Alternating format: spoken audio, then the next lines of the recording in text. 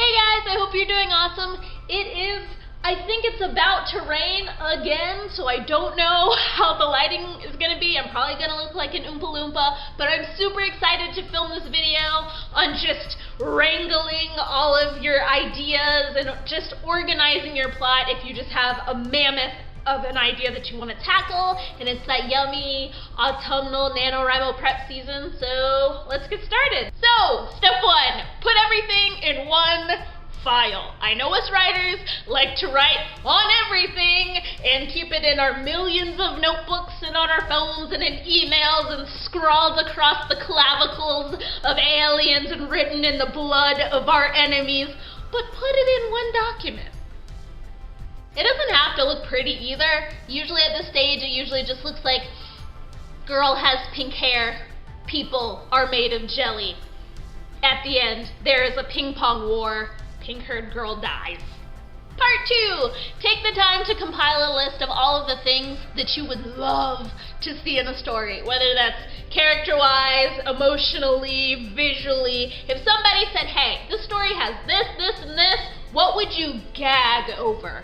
There is no sense in writing a story that you would never read or that you would never watch. You know, just because the flavor of the month is guava and cheese doesn't mean that you gotta write that. Bring a Frito-Lay self over here. It's alright.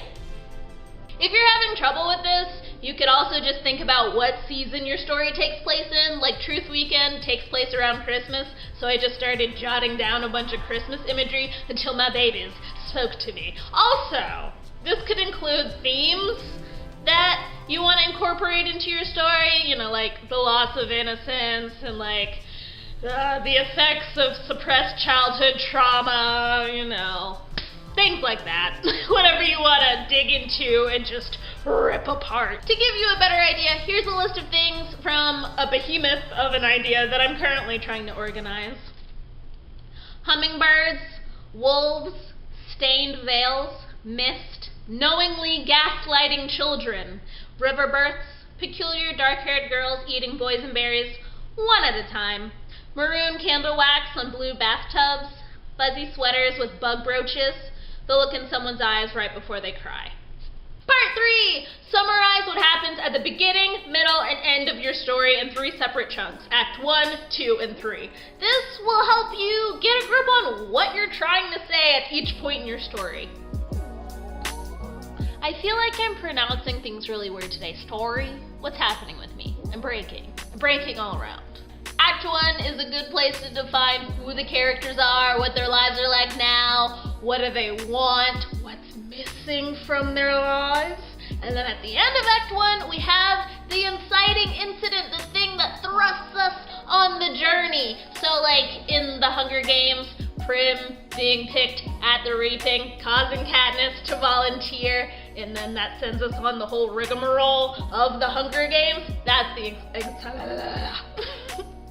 that's the exciting incident. Then we have Act 2, the middle section, which of course is the hardest part for me because it's the bulk of the story and so many things happen. But in Sid Field's screenwriting workbook, I know, I got props today. I got props, kids. He taught me to utilize the midpoint so that we have something to work up to and then escalate from. And then at the end of Act 2, we have our second plot point, the thing that plunges us into the climax. Think about what is our holy shit moment. How did things wrap up? What questions are we answering or not answering? Does our hero, you know, complete their journey? What feeling do you want to leave the audience with? Summarize it all! Summarize all the things. Step 4 is summarizing the emotional and mental journey of your characters from beginning, middle, and end, asking what obstacles are they tackling and how does that affect them? How are they reacting to these obstacles? Why are they even going on this journey? Not all of your characters will need this, but it definitely helps asking what propels this character emotionally and mentally from beginning, middle, and end. And then again, make sure to utilize the midpoint, so emotionally as well, you have something to build up to and then something to escalate from. Part 5, lastly, we are going to split the summary, split these ideas into bullet points and scenes. Don't panic. At this point, you should know generally if your synopsis was thorough enough, you should know where certain things should go. Just copy and paste have fun, it's okay, don't panic. As you go along and you problem solve, you'll think of more scenes. Okay, this happens and then this happens, but then something needs to happen in the middle. It's gonna come to you. Just work it out and breathe.